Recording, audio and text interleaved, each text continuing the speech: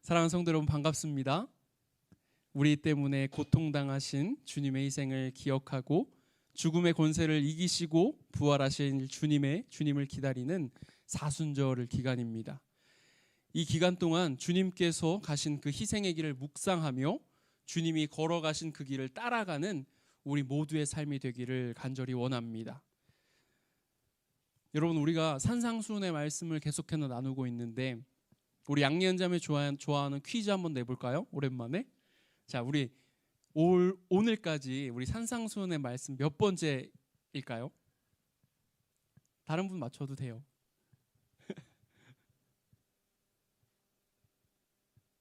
모르시죠? 그래요. 괜찮아요. 우리가요, 지금까지 7주 동안 꽤 긴 시간이었어요. 7주 동안 마태복음 5장에서 7장에까지 이르는 예수님의 설교, 산상수훈의 말씀을 나누고 있는데 오늘 어디 읽었어요? 7장 13절로 20절 말씀 읽었습니다. 이제 그 말씀도 끝을 향해 달려가고 있어요. 이전까지의 말씀의 내용이 무엇이었습니까? 아마 7주 전부터의 그 우리 예배 영상에 그 제목만 봐도 여러분들이 그래도 좀 기억이 나실 거라고 생각되는데 무슨 이야기를 나눴었냐 하면 진짜 제자로 살아야 한다. 소금과 빛으로 부름 받았음을 기억해야 한다. 우리의 주인 되시는 주님의 사랑을 기억하고 주님 앞에 기도하고 구하라고 주님께서 그렇게 우리에게 명령하셨어요. 그리고 그런 옳은 믿음이 무엇인지를 이제 깨달은 우리에게 주님께서는 오늘의 말씀과 또 그 뒤에 이어지는 말씀들을 통해서 우리가 그 말씀에 순종하여 올바른 선택을 하고 또한 올바른 행동을 할 것을 주님께서 말씀하고 계십니다. 여러분, 산상수훈이라고 하는 예수님의 이 말씀은요, 그리스도인들이 가져야 할 이론이나 아니면 이상에 대한 그러한 말씀이 아니에요. 예수님께서 우리에게 이 말씀을 주신 이유는 우리가 그 산상수훈의 가르침에 순종하며 실제로 우리가 그렇게 살기를 주님께서 원하고 계시기 때문입니다. 우리 옆에 계신 성도님들께 이렇게 한번 선포해 보길 원합니다. 말씀대로 살아갑시다. 말씀대로 살아갑시다. 말씀대로 살아갑시다. 말씀대로 살아갑시다. 네. 우리가 이제 뭐 인터넷을 하거나 TV를 보거나 뭐 신문을 보거나 하면 우리가 광고들을 많이 보게 되죠. 그런데 우리가 흔히 보게 되는 광고 가운데 이러한 문구를 사용한 광고가 참 많이 있어요. 전 세계 판매 1위, 누적 판매량 뭐 100만 개 돌파, 아니면 뭐 어떤 유명한 연예인이나 어떤 유명인의 선택한 제품. 기업들이 이러한 뭐 최상급의 표현들을 사용하는 이유는 아마 그 광고, 그렇게 하는 광고들이 효과가 굉장히 크기 때문일 거예요. 이러한 표현들은요, 사람들에게 메시지를 던져줍니다. 전 세계의 많은 사람들이, 다수의 사람들이 이 제품을 선택했기 때문에 마찬가지로 이것을 보고 있는 당신에게도 이것이 필요할 거예요. 어떠한 유명인이, 잘생기고 예쁘고 잘 나가는 어떤 유명인이 이것을 선택해서 사용하고 있기 때문에 당신 또한 이것을 선택한다면 그와 같이 될 수 있어요. 그와 같은 인생을 살아갈 수 있어요. 라고 하는 메시지죠. 실제로 많은 사람들이 이와 같은 광고를 통해서 다수의 선택을 받은 그것을 신뢰하고 또한 그것을 따르는 그런 선택을 합니다. 그렇게 많은 다수의 선택을 받았다는 것, 즉 쉽게 이야기하면 인기가 있다는 것은 성공이라는 의미가 있어요. 그 안에 담겨져 있어요. 그런데 성공이라는 의미에서 더 나아가서 그것이 옳다, 옳음이라는 의미까지 확장되어져 갑니다. 그런데 여러분, 과연 인기가 있고 성공한 것이 과연 언제나 옳은 것일까요? 반대로 많은 이들의 관심을 받지 못하고 소수의 선택만을 받은 것은 언제나 틀린 것일까요? 오늘 말씀에서 예수님은 이렇게 말씀하고 계세요. 오늘 시작하는 본문 마태복음 7장 13절로 14절 말씀 우리가 다시 한번 읽어보기 원합니다. 마태복음 7장 13절로 14절 말씀입니다. 시작. 좁은 문으로 들어가라. 멸망으로 인도하는 문은 크고 그 길이 넓어 그리로 들어가는 자가 많고 생명으로 인도하는 문은 좁고 길이 협착하여 찾는 자가 적음이라. 아멘. 예수님은요, 넓은 문, 즉 인기가 있어서 많은 사람들이 들어가고 있는 문은 어디로 이어진다 하시죠? 멸망으로 이어진다라고 경고하고 계십니다. 그리고 이어서 말씀하시죠. 걷는 이가 별로 없는 좁은 문으로 들어가라 라고 말씀하십니다. 많은 이들이 들어가는 문이 어디라고요? 넓은 문이에요. 그런데 그 넓은 문이요, 멸망으로 이어진대요. 그런데 여러분, 많은 이들이 들어가는 그 넓은 문이 멸망이 아닌 생명으로 가는 길이라고 한다면 더 많은 사람들이 예수님을 따르고 더 많은 이들이 그 하나님 나라의 생명으로 나아갈 수 있을 텐데 왜 예수님께서는 굳이 우리를 좁은 길로 가라라고 하셨을까요? 좁은 길로 가라는 예수님의 명령을 아무도 모르게 홀로 외롭고 고독한 영적인 길을 가야 한다라고 하는 명령으로 우리가 오해해서는 안 될 거예요.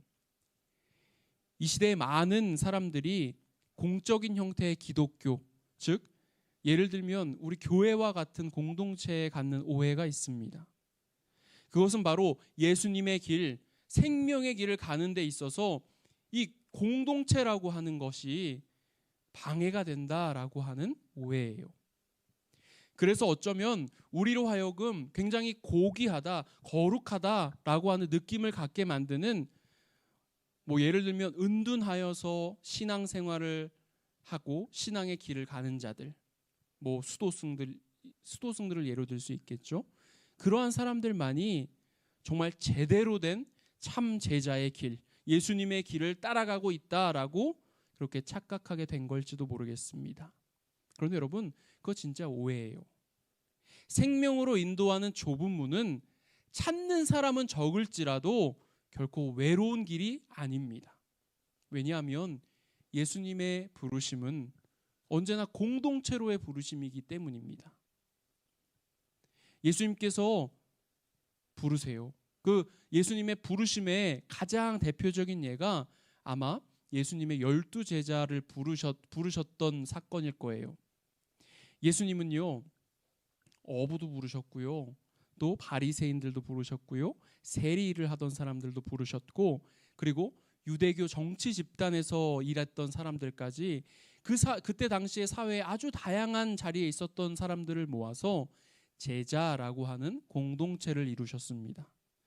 또한 그들이 예수님의 가르침과 복음의 소식을 전했잖아요. 전함에 있어서 홀로 돌아다니게 하지 않으시고 짝을 지어 돌아다니게 하셨습니다. 성경은 우리에게 서로 사랑하고 격려하고 섬기라라고 말씀하고 있어요. 히브리서 10장 24절과 25절의 말씀인데요. 우리가 같이 한번 읽어보기 원합니다. 히브리서 10장 24절과 25절 말씀 함께 읽습니다. 서로 돌아보아 사랑과 선행을 격려하며 모이기를 패하는 어떤 사람들의 습관과 같이 하지 말고 오직 권하여 그날이 가까움을 볼수록 더욱 그리하자. 아멘. 옳은 믿음이 무엇인지를 깨닫고 듣고 깨달은 우리 앞에 이제는 뭐가 펼쳐져 있습니까?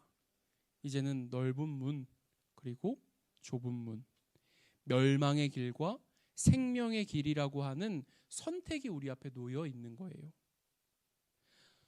여러분, 우리가 그냥 성경 말씀을 읽기만 해도 사실 우리는 알고 있어요. 좁은 문이라고 하는 그 문이 내가 마땅히 걸어가야 할 길이라고 하는 사실을 우리는 그냥 말씀을 통해서도 보게 됩니다. 하지만 들어가는 사람이 많은 그 넓은 문이 성공으로 가는 길, 더 나아가서 옳은 길은 아닐까라는 고민을 하게 되기도 합니다. 하지만 예수님은 말씀하십니다.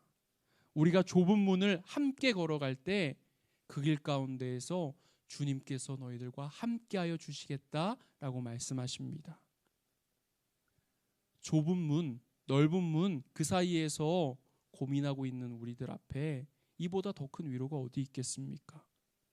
우리가 좁은 문으로 가야 하는 이유는 그 길이 쉬워서가 아니에요. 그리고 뭔가 개성 있어 보이려고, 남들과 달라 보이려고 그러고 싶어서도 아닙니다. 넓은 문이 단순히 멸망으로 인도한다라고 써 있기 때문도 아니에요. 우리가 반드시 좁은 문으로 가야 하는데, 우리가 반드시 좁은 문으로 가야 하는 이유는 좁은 문을 넘어 걸어가는 그 길 가운데에서 예수님을 만날 수 있기 때문입니다. 그리고 그 길을 함께 걸어가는 예수님께서 우리들에게 허락해 주신 우리 곁에 있는 동역자들을 만날 수 있기 때문입니다. 디트리 보네퍼 목사님은 이런 이야기를 했어요. 이 길이 곧 예수님이 명령한 길이어서 억지로 가면 이 길을 걷기가 사실상 불가능하다.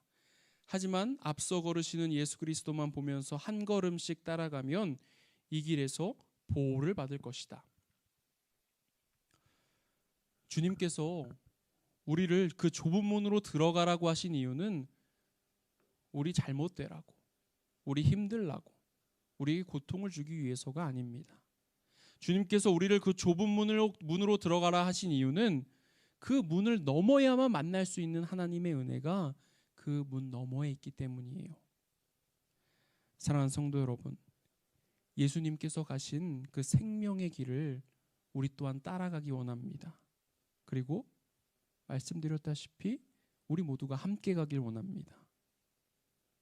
내가 곧 길이요 진리요 생명이라고 선포하신 예수 그리스도의 그 선포를 기억하며 많은 이들이 선택한 편안해 보이는, 그리고 성공적으로 보이는 그 넓은 길이 아닌 주님과 함께하는, 주님이 허락하신 사람들과 동행할 수 있는 그러한 선택을 하는 우리 모두가 되길 간절히 소망합니다.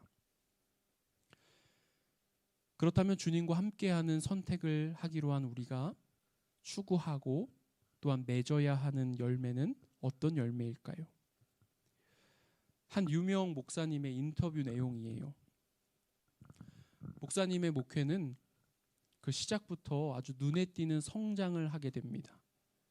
매주일 수많은 사람들이 목사님이 목회하는 교회로 찾아왔고, 또 수많은 목회자들이 그 교회가 어떻게 저렇게 성장할 수 있는가라고 하는 그 비법을 배우고 싶어서 찾아왔습니다. 어떤가요? 겉으로는 굉장히 완벽해 보이고 성공적으로 보입니다. 하지만 그 목사님은 인터뷰를 통하여 이런 이야기를 하세요. 자신의 내적인 삶은 물론 영적인 삶이 엉망이다 라고, 그리고 자신의 결혼 생활과 가정 생활이 파탄 직전에 있다라는 것을 고백했습니다. 예수님은 오늘 이어지는 말씀을 통하여 좋은 나무가 나쁜 열매를 맺을 수 없고 못된 나무가 아름다운 열매를 맺을 수 없다라고 말씀하고 계십니다. 즉 맺어지는 열매를 보고 그 나무를 알 수 있게 된다는 거예요. 제가 한 목사님의 예를 들어 말씀드렸지만 그것은 그 목사님만의 이야기가 아니라 사실은 우리 모두의 이야기이기도 합니다. 신앙을 가졌다고 하는 많은 사람들이 진정한 열매가 아닌 그릇된 열매를 추구하고 있다라고 하는 거예요. 여러분, 이 시대에 목회자를 평가하고 또 신앙인들을 평가하는 기준이 무엇입니까? 참 안타깝게도 대부분의 그 평가의 기준은 그 성공, 교회나 개인의 성공에 그 평가 기준이 있음을 보게 됩니다.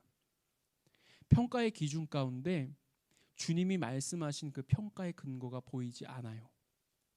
얼마나 많은 성과를 거두고 있는지, 얼마나 많은 이들에게 영향을 미치고 있는지에만 기준을 두고 있다는 것입니다. 주님이 걸어가신 그 길, 그 좁은 길을 걸어가는 사람들이 추구해야 할 것들이 보이지 않아요. 예수님께서 산상수훈의 말씀을 전하시며 가장 먼저 우리들에게 말씀해 주셨던 것이 무엇입니까? 바로 팔복의 말씀이었어요. 마음이 가난한 자, 슬퍼하는 자, 온유한 자, 의에 줄이고 목마른 자, 자비로운 자, 마음이 깨끗한 자, 평화를 이루는 자, 의를 위해 핍박받는 자. 하나님의 나라가 이러한 자들의 것이며 하늘에서 받을 상이 크다라고 말씀하셨는데, 도대체 이 시대 가운데 우리들의 평가의 기준들 가운데 이러한 것들이 보이지 않는다는 거예요. 그 이유가 무엇입니까? 그 이유는 그 우리 안에 있는 어떠한 부족한 부분들을 지식적인 것 또한 의지적인 것으로 덮을 수 있고 또한 감출 수 있다라고 생각하기 때문입니다. 예를 들어 볼까요? 예수님의 사랑을 본받고 싶어요. 그런데 그 예수님의 그 희생적인 사랑의 마음이, 모든 것을 다 주시는 그 희생적인 사랑의 마음이 사실 어려운 사람이 있을 수 있습니다. 그러면 어떻게 합니까? 하나님께 기도하지 않아요. 어떻게 하냐 하면 예수님이 어떻게 사랑하셨나, 예수님의 사랑이 무엇인가에 관련된 책을 읽고 강의를 들어요. 그리고 그것으로부터 얻어진 지식들을 가지고 의지적으로 그것을 활용하고 또한 선포합니다. 물론 이것 또한 아무나 할 수 없는 아주 훌륭한 일 중에 하나예요. 대단한 노력입니다. 하지만 오늘 예수님은 우리들에게 전혀 다른 비전을 제시하고 계십니다. 예수님께서 사람을 어디에 비유하고 계십니까? 예수님은 사람을 나무에 비유하고 계세요. 오늘 본문 마태복음 7장 16절과 17절의 말씀인데요. 마태복음 7장 16절과 17절의 말씀 우리가 같이 한번 읽어봅니다. 시작. 그들의 열매로 그들을 알지니 가시나무에서 포도를 또는 엉겅퀴에서 무화과를 따겠느냐. 이와 같이 좋은 나무마다 아름다운 열매를 맺고 못된 나무가 나쁜 열매를 맺나니. 아멘. 열매라고 하는 것은요, 어떤가요? 맺히고 싶은 모양대로 맺히는 법은 절대로 없습니다. 모든 열매는 그 열매의 뿌리가 되는 나무가 어떤 나무인지, 즉 그 나무의 정체성이 무엇인지에 따라 결정됩니다. 마찬가지로 아무리 많은 지식이나 의지, 노력을 쏟아붓는다 하더라도 그 결과라는 것은 근본이 되는 그 사람의 정체성에 달려 있다라고 하는 거예요. 즉 우리가 세상의 평가에 매인 그릇된 열매가 아닌 하나님 나라의 진정한 열매를 맺기 위해서는 내 정체성이 어디에 속해 있는가라고 하는 것을 우리가 돌아보고, 만약 그것이 하나님께 속하여 있지 않고 어딘가 다른 곳에 잘못되어 있다면 우리는 그 정체성을 뿌리부터 바꿀 수 있어야 한다는 거예요. 여러분, 우리의 정체성은요, 세상에 있지 않습니다. 우리의 정체성은 하나님에게 있어야만 하고 하나님에게 있는 것입니다. 그렇기 때문에 나라고 하는 우리 각각의 나무는 하나님께 뿌리를 내리고 또한 성령 안에서 자라나는 나무가 되어야 해요. 하나님께 뿌리를 내리고 성령 안에서 자라났어요. 그러면 그 결과가 어떻겠습니까? 우리의 모든 것이 하나님으로부터 시작되었기에 우리는 너무나도 자연스럽게 그냥 저절로 좋은 열매, 하나님 나라의 열매를 맺게 될 수 있는 것입니다. 그렇게 우리의 초점은 열매가 아닌 그 뿌리의 단단함 그리고 뿌리의 깊이가 되어야 할 것입니다. 이것이 예수님께서 말씀하신 참 제자의 모습입니다. 그런데 그 뿌리가 단단해지고 깊이 자리 잡기까지 여러분 시간이 걸려요. 그렇죠? 1년, 2년 된 나무가 있는데 만약에 태풍이 불면 금방 쓰러집니다. 그런 것과 같이 나무도 시간이 필요한 것처럼 우리들에게도 시간이 필요합니다. 그래서 많은 사람들이 빨리 보고 빨리 먹을 수 있는 열마에 집중하는 거예요. 그런데 여러분, 하나님께 뿌리를 내리기로 결정했고 성령 안에 자라나기로 결단한 우리는 달라야 합니다. 여러분, 크리스마스 트리를 한번 여러분 머릿속에 한번 상상해 보세요. 크리스마스 트리가 어떤가요? 예쁘죠? 온갖 장식들이 달려 있고요. 화려한 빛이 반짝이고요. 또 어떤 곳에는 십자가도 걸려 있고 별도 걸려 있고 이렇게 기독교를 상징하는 심볼들이 있습니다. 하지만 그 기준이 되는 나무가 있어요. 그 나무는 어떤 나무입니까? 어떤 나무죠? 뿌리가 잘려서 사실상 죽은 나무예요. 진짜 열매를 맺을 수 없어서 가짜 열매로 자신을 감추고 있는 것뿐입니다. 오늘 본문 마태복음 7장 15절의 말씀입니다. 제가 읽어볼게요. 거짓 선지자들을 삼가라. 양의 옷을 입고 너희에게 나아오나 속에는 노략질하는 일이라. 우리 모두가 좁은 문, 좁은 길에서 예수님을 만나야 합니다. 그리고 그와 더불어서 우리는 참 제자를 알아볼 수 있는 그런 눈을 가질 수 있어야 해요. 우리가 참 제자를 알아볼 수 있는 눈을 가져야만 하는 이유는 참 제자가 아닌 자가 참 제자인 척하면서 우리의 영혼 가운데 상처를 입히기 때문입니다. 그 정체성이 하나님으로부터 말미암지 않고 성령으로 자라난 것이 아님에도 불구하고 많은 이들이 의롭고 경건한 모습의 신앙인의 모습을 가지고 살아갑니다. 여러분, 우리는 그런 것들에 속아서는 안 돼요. 그리고 그것에 속지 않기 위해서 우리에게 필요한 것이 있습니다. 하나는요, 시간이고 하나는 가까움입니다. 예수님은 사람의 진정한 정체성이 나무와 같이 열매로 드러난다라고 말씀하십니다. 나무가 좋은 것인지 나쁜 나무인지를 멀리서, 그 나무가 좋은지 나쁜지 멀리서 판단하기는 어려워요. 우리가 나무 가까이 갔을 때 비로소 이 나무가 건강하구나, 썩어가는 나무였구나 라고 하는 것을 보게 됩니다. 또한 계절들이 지나가기 전까지는 그 나무가 진짜 건강한 나무라서 열매를 많이 맺는 나무인지 아니면 썩어서 뿌리는 내리고 있지만 열매를 맺지 못하는 썩어가는 나무인지 알게 되는 법입니다. 이렇게 나무에 대해 제대로 알기 위해서는 시간이 필요하고 가까움이 필요한 거예요. 사람에 대해서도 마찬가지입니다. 풍성하고 멋진 열매를 맺고 있는 사람 같아 보일지라도 가까이 보고 또 오래 보다 보면 그것이 거짓으로 드러나는 경우가 있습니다. 그런데 참 안타까운 것은요, 가까이 보고 오래 보는 동안 그가 우리에게 잘못된 영향을 미칠 수 있었다라는 것이죠. 반면 화려하지 않은 사람 같아 보일지라도, 아무것도 없어 보이는 사람인 것 같아 보일지라도 가까이 하고 오래 보다 보니, 예를 들면 그가 품고 있었던 그 사랑의 모습이, 그가 베풀었던 봉사와 헌신의 손길이 진짜 하나님으로부터 말미암은 거였구나, 진짜였구나 라는, 그렇게 드러나는 경우가 있습니다. 그럴 때 그와 가까이 보고 오래 보았던 그 시간 동안 우리의 영혼은 어떤 영향을 받을 수 있었겠습니까? 우리 모두가 참 제자를 알아볼 수 있는 그러한 눈을 가질 수 있길 원합니다. 그리고 우리 자신 또한 겉만 화려하고 풍성해 보이는 거짓된 제자의 삶이 아닌, 겉은 화려하지 않더라도 그 뿌리가 살아있어 진짜 생명의 아름다운 열매를 맺는 참 제자들이 되길 간절히 소망합니다. 예수님께서 이 산상수훈의 말씀을 우리에게 주신 이유가 뭐라고 했습니까?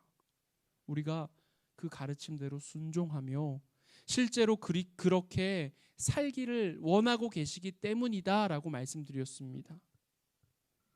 요한복음 8장 31절 말씀에서 예수님은 너희가 내 말에 거하면 참으로 내 제자가 된다 라고 말씀하고 계십니다. 참 제자란 무엇입니까? 참 제자란 예수님을 입으로 고백하고 겉으로만 드러나는 사람이 아닙니다. 참 제자란 예수님의 말씀에 순종하여 그 말씀대로 살아가는 사람을 이야기하는 거예요. 사랑하는 성도 여러분, 아까도 우리가 함께 인사 나눴지만 다시 한번 말씀드립니다. 여러분, 말씀대로 살아갑시다. 하나님과 함께하는 삶에 집중하며 살아갑시다. 그럴 때 우리 모두가 하나님께 뿌리를 내린, 그리고 성령께서 키워주시는 그러한 건강한 나무가 되어 그 좁은 문, 좁은 길을 가는 자들이 맺어야 할 건강한 열매들을 풍성하게 맺으며 살아가는 주님의 참 제자가 되어 살아가게 될 줄로 믿습니다. 아멘.